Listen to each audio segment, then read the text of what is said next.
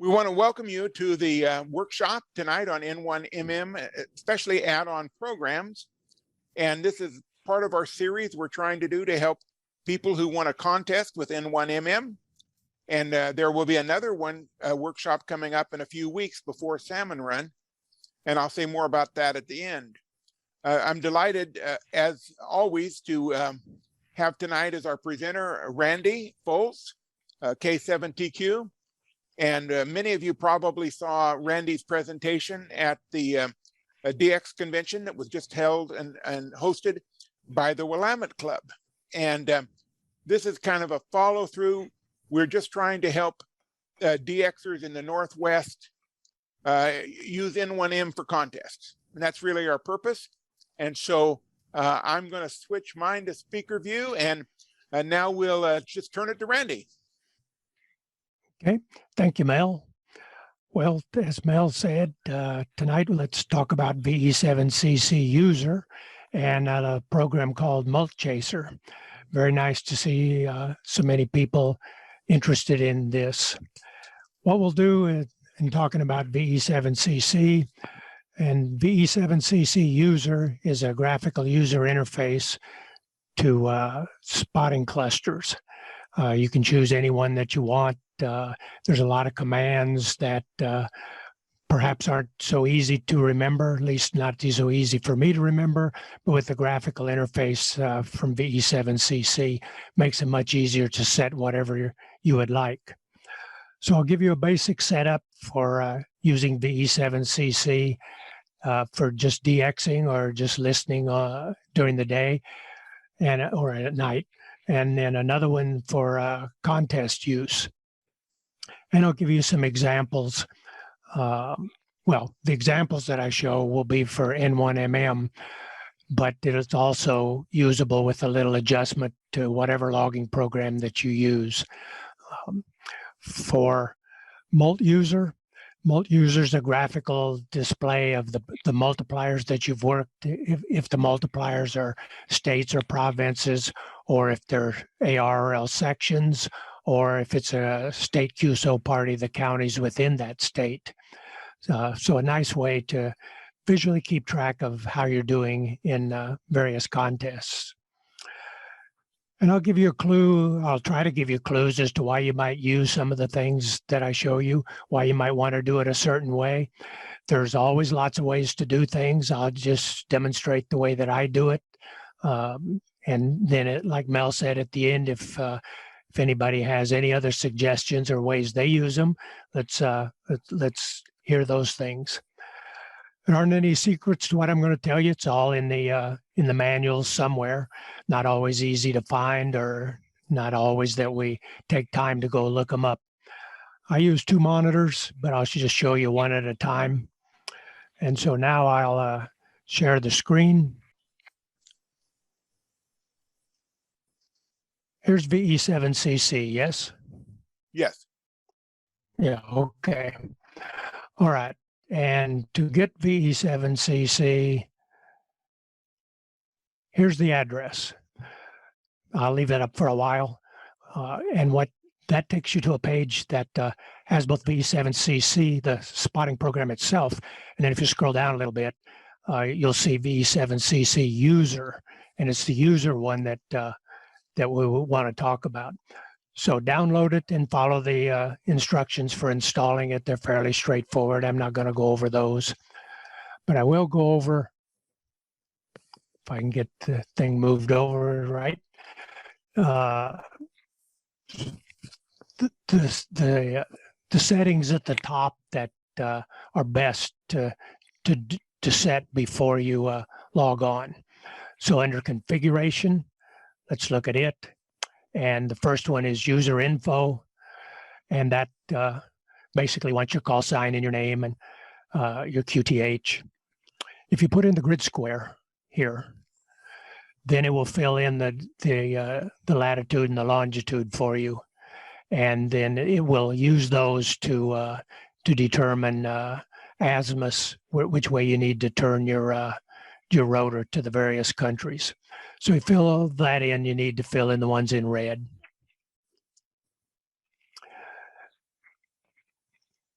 Then in cluster, telnet, this is where you decide what cluster you want to connect to. And the one that I like to use is WS7I-1, and it's not filled in at the moment, but hit the pick list and a big long list of various clusters. So if we go down to the W's,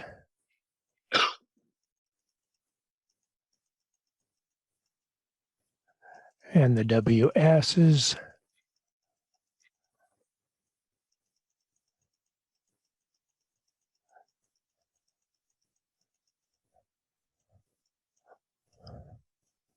there, WS7I.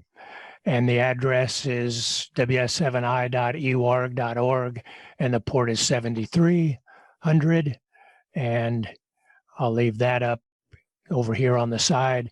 So you say apply and then exit.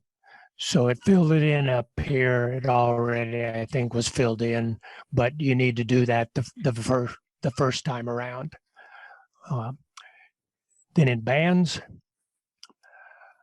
I don't have a antenna for 160, and I don't have one for 60. So I checked those, and I don't want those. These are the bands that will be rejected. So there's no point in seeing spots for those. So I click those.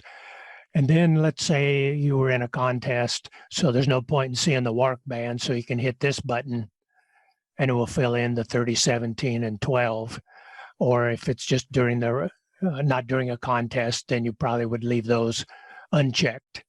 And I don't do 6 meters or any of the VHF ones, so you can check those, and nor the medium wave. So this will reject the bands that you want, and then click apply. So now you won't see spots for those bands. Then the other one in configuration, DX display format, right here. This is all the stuff that you would see in the line where the DX spot shows up. Spotter's always on, the frequency and the call, and most of those are self-explanatory.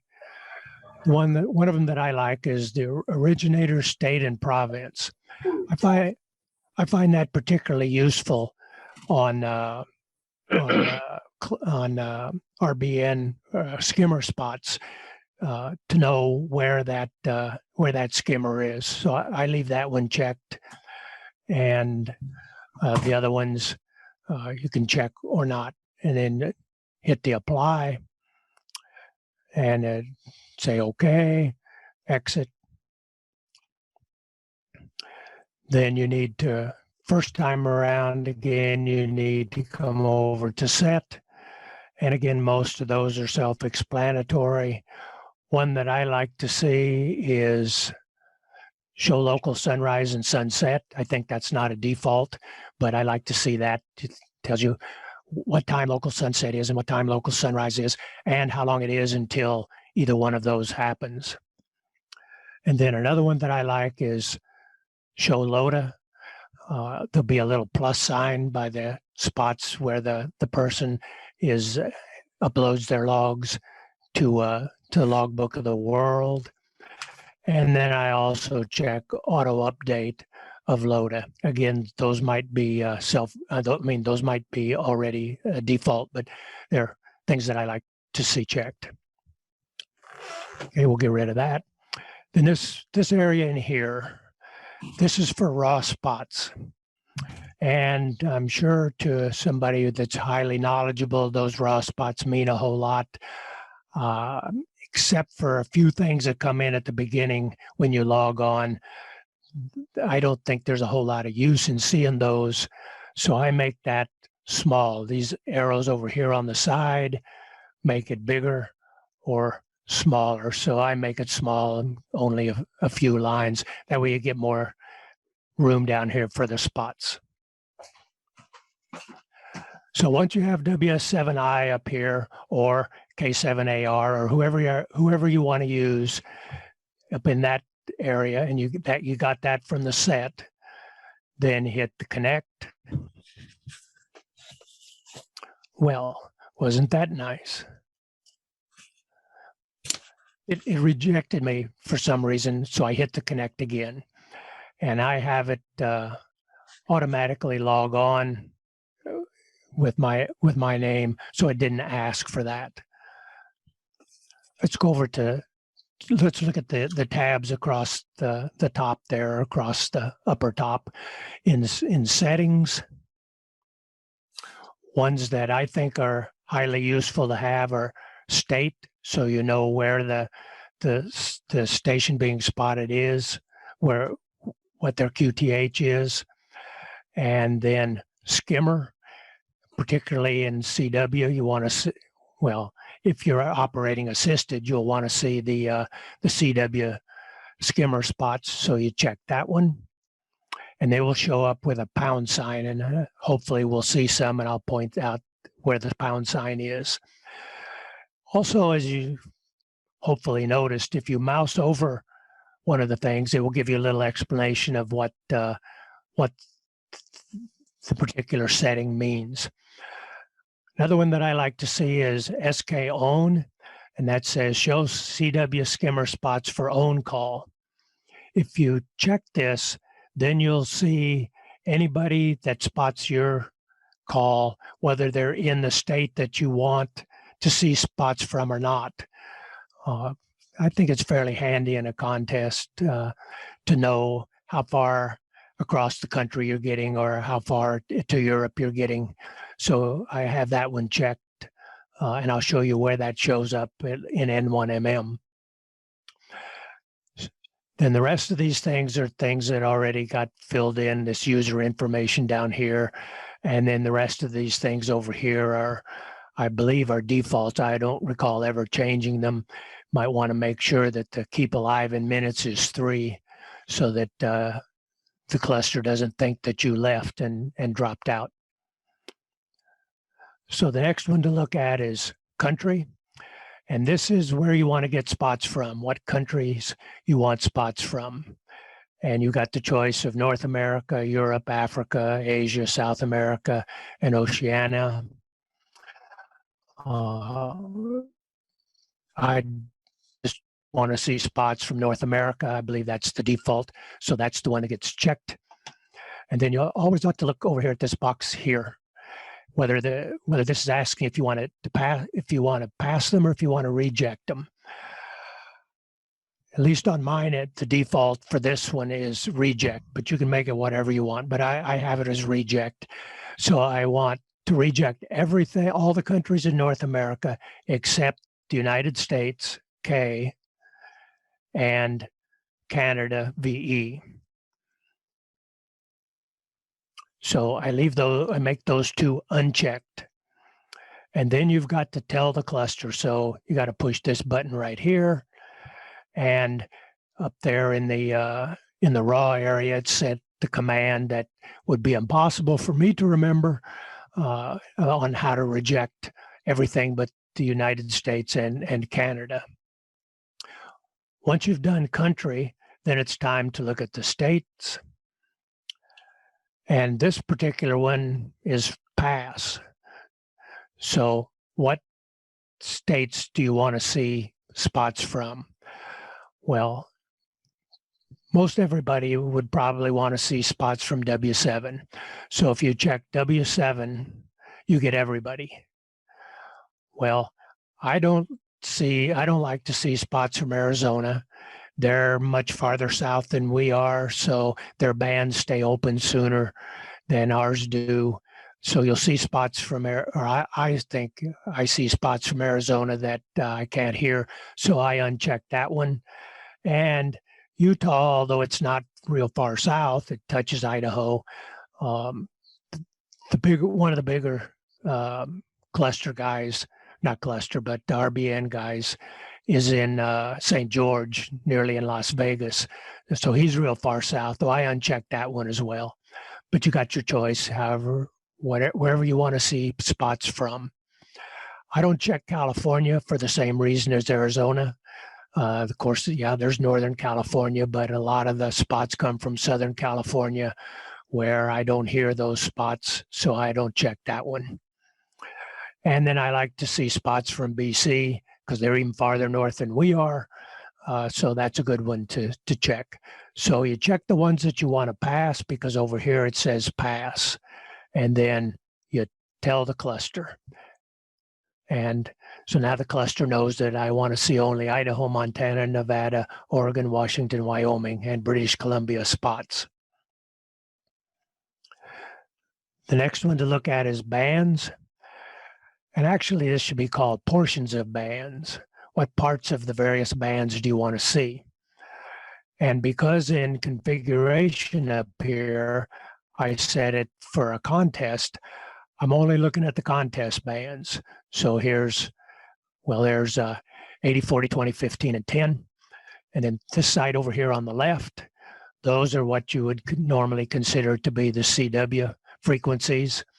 The middle one here are RTTY frequencies, although RTTY goes in a contest, certainly goes beyond just those bands down into the CW part. But those in general are the RTTY frequencies, the RTTY portions of the band.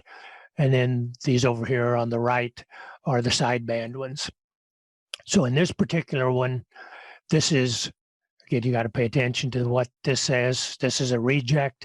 So this time you check the ones that you don't want to see. So this is set up for a CW contest. So I want to see all the spots in what's generally considered the CW portion.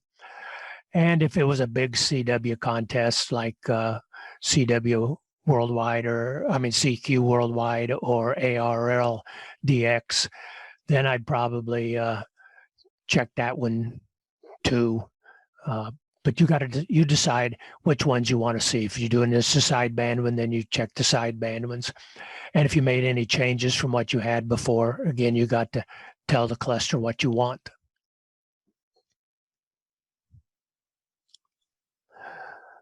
Okay, I'll skip over the users and go to the DX one. So this is the spots since I logged on, and plus some from before I logged on as well. Spots over here that have the pound sign by them, that means it's from a skimmer, and that particular one is from VE7CC. And then, and as it says up here, that's the spotter's call. And then this is the state that the spotter is in. So VE7CC is in BC.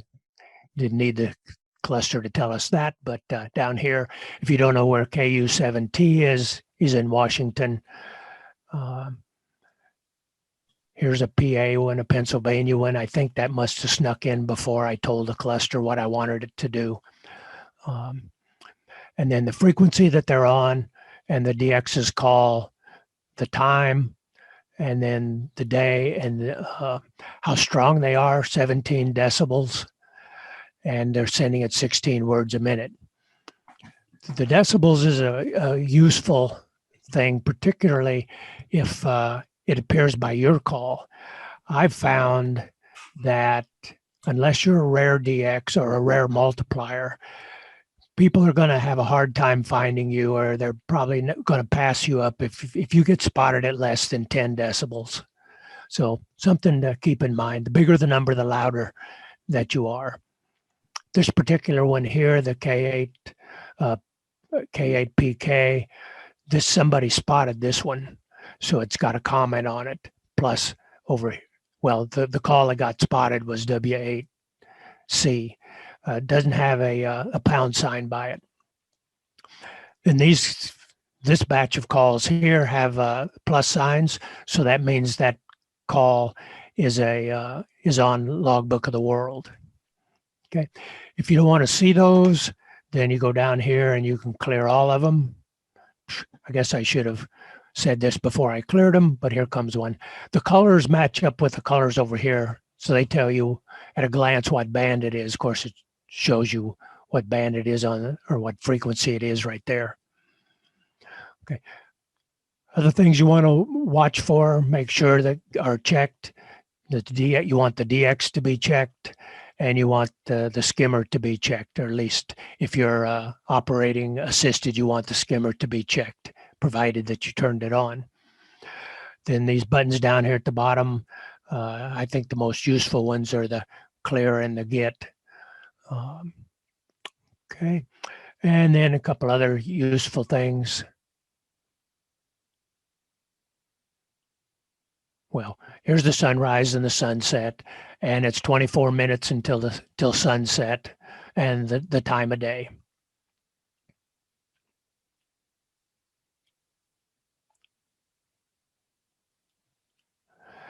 Okay, let's take a quick look at the WWV tab.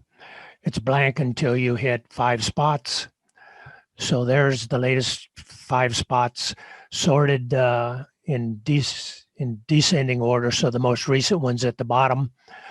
And so solar flux index of 78, an A of 4, and a K of 2. Not the greatest of conditions, but not too shabby. So a nice thing to know there.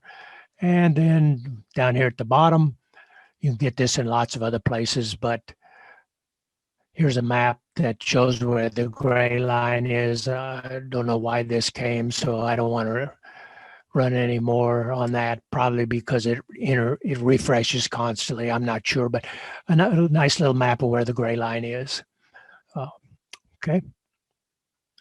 And then one more. If these are particularly a WWV, you might want to check it before a contest, but don't waste your time looking at that when you're running in a contest.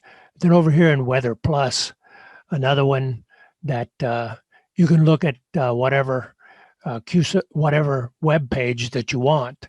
This is for the Kansas QSO party, and here's one for Spokane DX Association. Set up for ones for whatever you want by clicking on web setup, add page. Okay, now let's talk about contest setup. I'm going to make it specific for N1MM, but it'd be similar for other contest logging programs.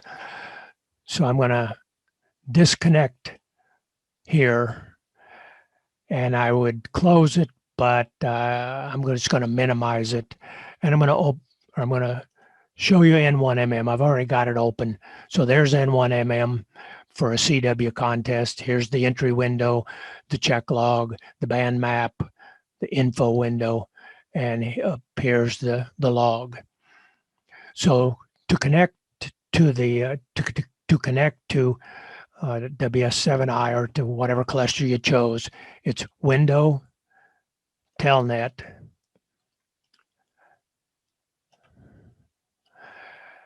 and then in clusters, this is where the very first time you go and you choose what cluster you want to connect to. You only need to do this the first time. So I've big pick list and WS7i is in it. So we choose that one, and first time around you connect to WS7i, and there it is, and it wants login. Before login, here are some of the useful things that come up at the very beginning that I mentioned back on VE7CC, that like if you want to turn off the FT8, the FT4 spots, it tells you how to do that up at the top. So up here where it says type, I type in K7TQ, hit the enter, and it knows who I am. It says, hello, Randy, and it's ready to go.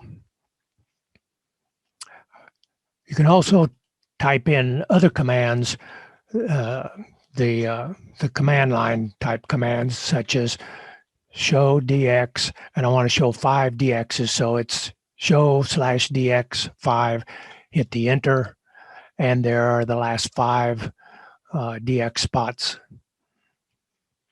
Okay. Down here at the bottom, oh, sorry. Down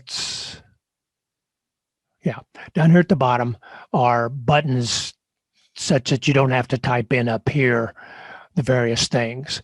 For example, this one types in K7TQ at the login command. That's what I normally do instead of typing in up at the top.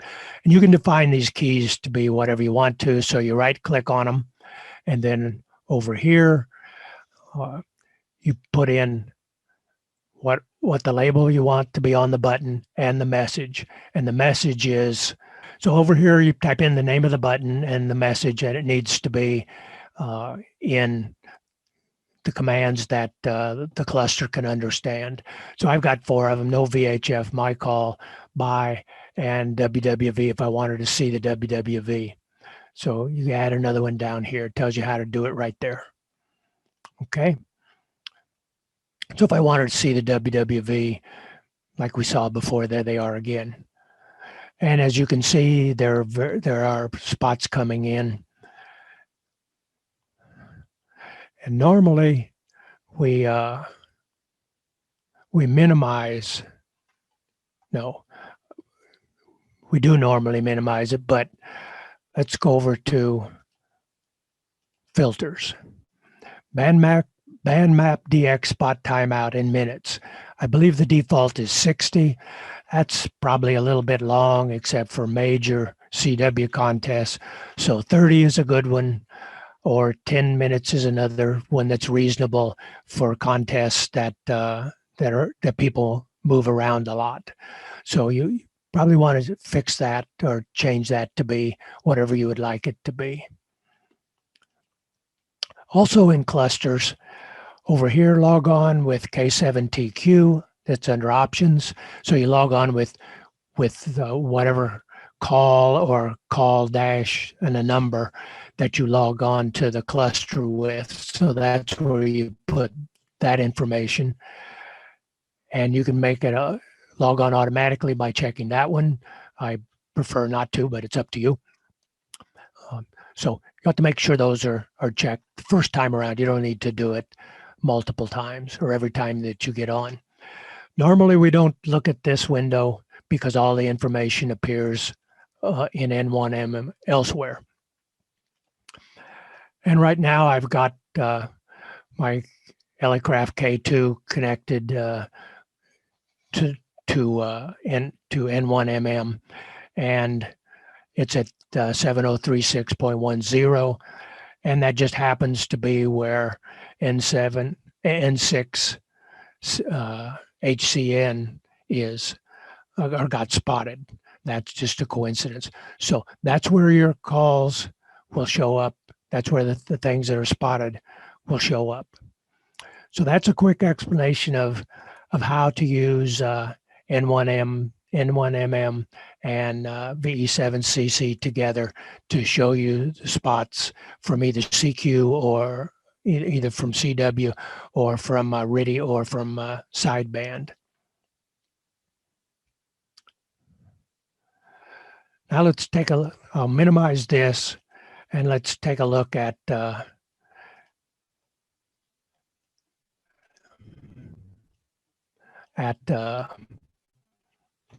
MultChaser. Here's how you get to MultChaser. You go over to N1MM Plus, and there's N1MM Plus homepage. And then it's in Docs and Appendices and third-party software. So you click it. And the one we want is multiplier map display. And then here's the documentation for N1 for MultChaser, and here's how you download it. Okay, so let's look at the downloads.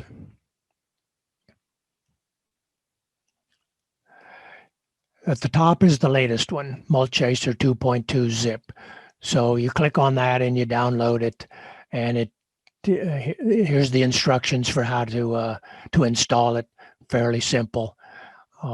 So you need to download that one, install it, and then the other ones that it's not so obvious that you need, but you do. So you scroll down, and here's the states. So it's all the states that have, or at least one time had QSO parties, including 7QP, which is several states.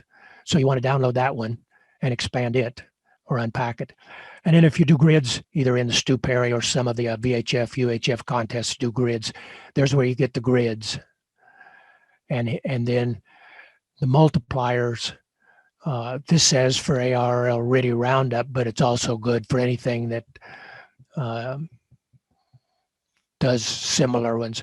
So get that one as well, and grids if you want those. So states, ARRL RIDI, and the grids if you like those, plus the latest version up at the very top.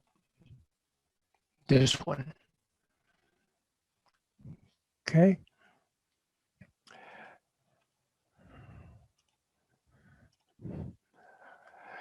This particular one, I'll show you how to do it. So you start it up from wherever it was that you saved it. File, carefully, open log from the latest database that you have, or whatever database you're interested in. The database is the same database as N1MM uses. So here's some contests that I've done recently. The most recent one is K1 USN slow speed contest. I made 40 contacts. So you click OK, and that's this over here. States are multipliers. So those are the states that I worked in an hour. One of the nice little things about this is if you mouse over a state, of course we know what the states are, but you mouse over the state and it'll give you the name. The ones that I worked are in red. Mouse over those. If you don't know what Northwest Territories broke into, there's the new Northwest Territories, and there's the newer sec. I don't know if it's a province or still a territory. I guess it's a province. So this is just North America. So that is one.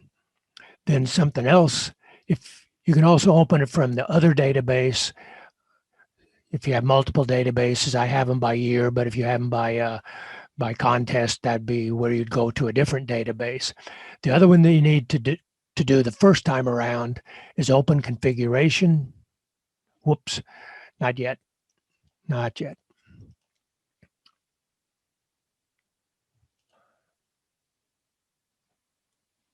Well, that's because here. Tools, UDP port.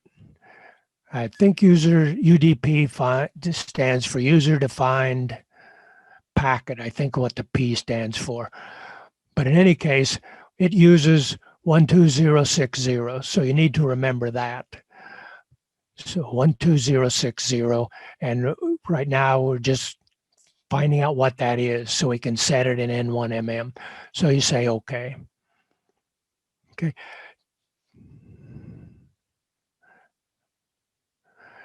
Now let's minimize that for a moment and go back to N1MM.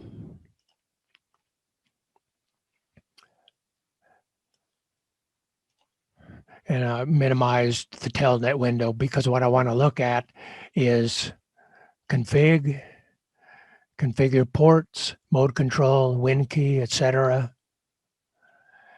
and broadcast data.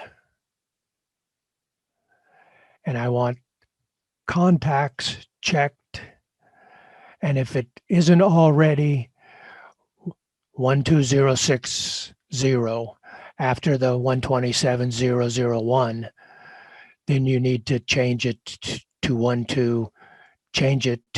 12060 and check this contacts. That's so that N1MM will tell MultChaser what state you just contacted, or what section, or what county you just contacted. So you have to do that in order to make the MultChaser keep up with your log. So you change that in N1MM, and then you're good to go. So since I don't have a contest going, I'll just show you some results of one. This is one that used states. if I open my log from field day, it uses sections. There's field day. And there's all the sections that I worked in field day. Whoops, those are the states. Now, again, field day is a section, so you got to change the configuration. So we want to open configuration, and we want it to be sections. And you have to, when you unpack the sections zip and the state zip, you need to make sure that you put them in the same place as the program MultChaser is. So sections is what I want. And now then there's the sections. There's that nag message again. And I did a pretty good job in all the sections in the US. I missed Alberta. And again, if you mouse over them, it'll show you the name of it. Most of them are the states. But if you're interested in what all those ones in California are, or where they are, you can mouse over those and see where those things are. So that will show you the sections. And then one more. This one will be for a QSO party.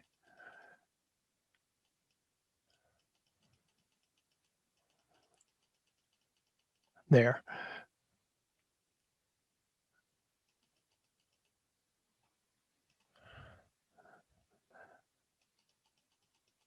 There, that's the one I want, Minnesota. And this is state, so it says, yeah, you worked all in Minnesota, but what we want to see is open configuration, states, and let's go down to Minnesota.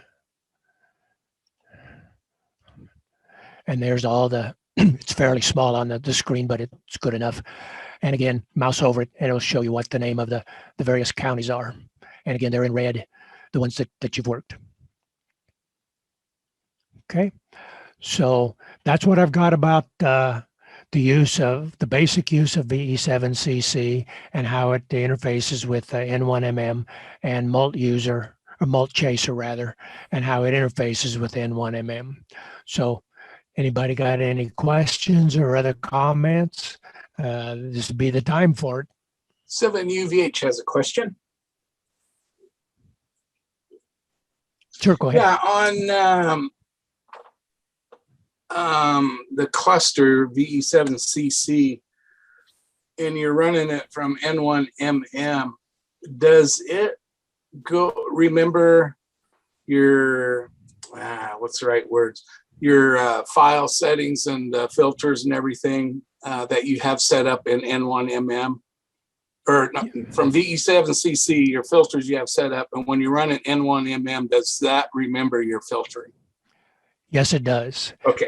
Provided that you log in every time with N7 UVH or N7 UVH-1, whatever it is you log in with. Yes, it will remember from one time to the next. Right on. Thanks. Anybody else? I did find the skimmer being really, I'm a digital grid chaser on HF, and I really enjoy seeing my signal reports on the digital modes, particularly the FT modes, as those are scrolling across, being able to see how well I'm being heard, especially in the gray line and whatnot. You know, I start seeing, oh, Asia is starting to hear me pretty good, so I'll turn the beam over there, you know, especially if you don't know much about gray line and stuff like that. You know, that skimmer click on there really is a good tool, I think. Yep, I agree. It sure is.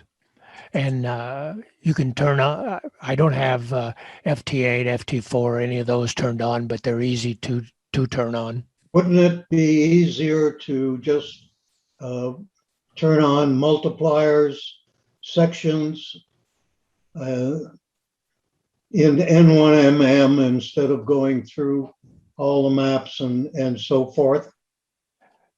Yes, it takes up less screen space, and it's easier to do.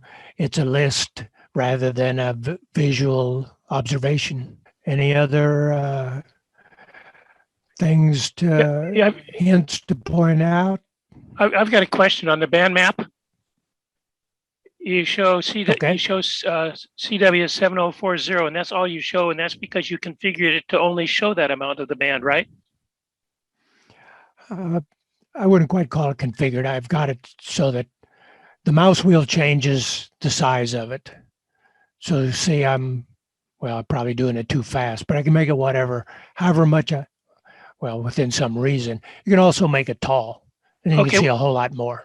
But what I'm getting at is, in a CW contest, I don't want to see the spots in the CW part of the band. I'd like the band map to only show the CW frequencies. But not the spots? You want to see the CW range, but you don't want to see the spots. Oh, I don't mind. Yeah, I don't mind seeing the spots in the CW range, but I don't want to see any sideband spots. Oh, well then in N1MM, then over here in bands, then you check these that you don't want to see them. Okay, that makes sense. Okay. And then the other question, I'm in Seattle, and I use not this version, but another version of VE7CC that's not the full-blown one like this, and I need to switch to this. You're using WS7I-2. Would I use VE7CC over here in Seattle? Would it be a better choice or not? I've asked various people, and they say that as far as one cluster getting the spot sooner than another, there's extremely little difference, less than a minute, less than 30 seconds. But if you wanted to me, the reason for using a cluster near you is that other people that you know that live close to you probably use that one too. And you can use the talk function, which I didn't cover, to talk to them via the cluster. I see. That's my version of the answer. Where's WS7I located? Spokane. In Seattle. I'm sorry, in Spokane. Oh, in Spokane, okay. I do have I've experimented on that, and it has a lot to do with your internet speed also. I live out in nowhere land where I'm just above DSL, and I have messed with my local telnet, which is J, and also VE7CC. And VE7CC is throwing out so much information that my internet is not able to keep up. So I'm in favor of using your local, like you mentioned, your local telnet server and whatnot. You may have less data that's coming through, but for a slow internet service, I have ran across that. Which one are you using, Sam? I use VE7CC. Yeah, that's what I've been doing too. Townsend? No, not really. We get all the same spots. In fact, we probably get more spots in some regards than Lee does at VE7CC during certain contests. But it doesn't really make much difference which cluster you use. They're all hooked together and they all get plenty of spots. I'm WS7I is connected to VE7CC, so I get absolutely every spot he gets. It was a great presentation. Thank you.